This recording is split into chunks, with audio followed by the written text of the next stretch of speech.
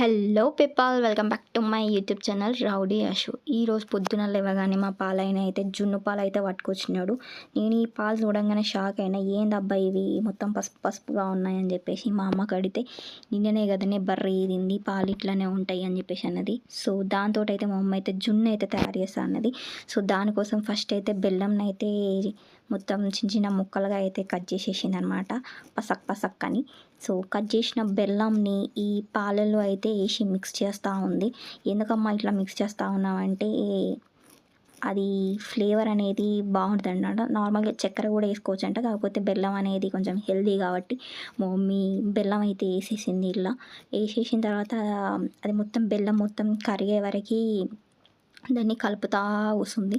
అది మొత్తం కరిగిపోయిన తర్వాత దాన్ని అయితే వేరే బౌల్లోకి అయితే వడగట్టుకోవాలన్నమాట, చిన్న చిన్న జాంగ్రీ పార్టికల్స్ ఏమైనా ఉంటే పోవడానికి.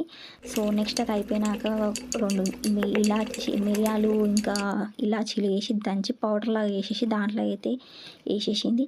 దాని తర్వాత అదైతే మిక్స్ చేయమని అయితే నాకైతే చెప్పింది. నేను దాన్ని గిర్రా గిర్రా గిర్రా గిర్రా అయితే మిక్స్ చేసేసిన తర్వాత స్టవ్ మీద అయితే గిన్నె పెట్టేసిన తర్వాత దాంట్లో కొన్ని వాటర్ యాడ్ చేసి స్టాండ్ వేసి అది ఈ మిక్స్ చేసుకున్న కంటైనర్ అయితే దాంట్లో అయితే ప్లేస్ చేసుకున్నాం. నార్మల్గా మనం కేక్ చేస్తాం కదా, సేమ్ ప్రాసెస్ అనమాట, అదే ప్రాసెస్ ఉంటుంది దీనికి కూడా. అది చేసే వరకు నాకు తెలియదు, మా మమ్మీ చెప్పింది. సో స్టవ్ అయితే ఫుల్ ఫ్లేమ్లో పెట్టుకోవాలి, హై ఫ్లేమ్లో పెట్టుకోవాలి. మోస్ట్లీ ఇది కుక్ అవ్వడానికి అయితే ఆల్మోస్ట్ 10-15 మినిట్స్ అయితే పడుతుంది అంట. పట్టింది యాక్చువల్గా 10-15 మినిట్స్లో. ఎక్కువ టైం పడుతుంది అనుకోండి, బట్ 10-15 మినిట్స్లో ఇది అయిపోయింది, మొత్తం ప్రాపర్గా కుక్ అయిపోయింది. సో ఆల్మోస్ట్ 10 మినిట్స్ వరకు అయితే ఫుల్ హై ఫ్లేమ్లో పెట్టుకోవాలి. తర్వాత అయితే ఇది నార్మల్గా లో ఫ్లేమ్లో పెట్టుకోవాలి, మీడియం ఫ్లేమ్లో పెట్టుకోవాలి.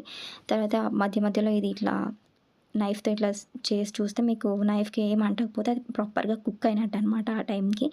సో ఇదైతే కుక్ అయిపోయింది. నెక్స్ట్ దాన్ని అయితే బయట పెట్టి చల్లారైనాక ఫ్రిడ్జ్లో పెట్టుకొని సాయంత్రానికి ఇట్లా ఫ్రిడ్జ్లో నుంచి తీసి మంచిగా బౌల్లో సర్వ్ చేసుకొని తింటే టేస్ట్ అయితే ఆసమ్ అంటే ఆసమ్ ఉంది. నేనైతే ఫస్ట్ టైం తిన్నాను, బట్ చాలా అంటే చాలా నచ్చింది నాకైతే ఈ జున్ను.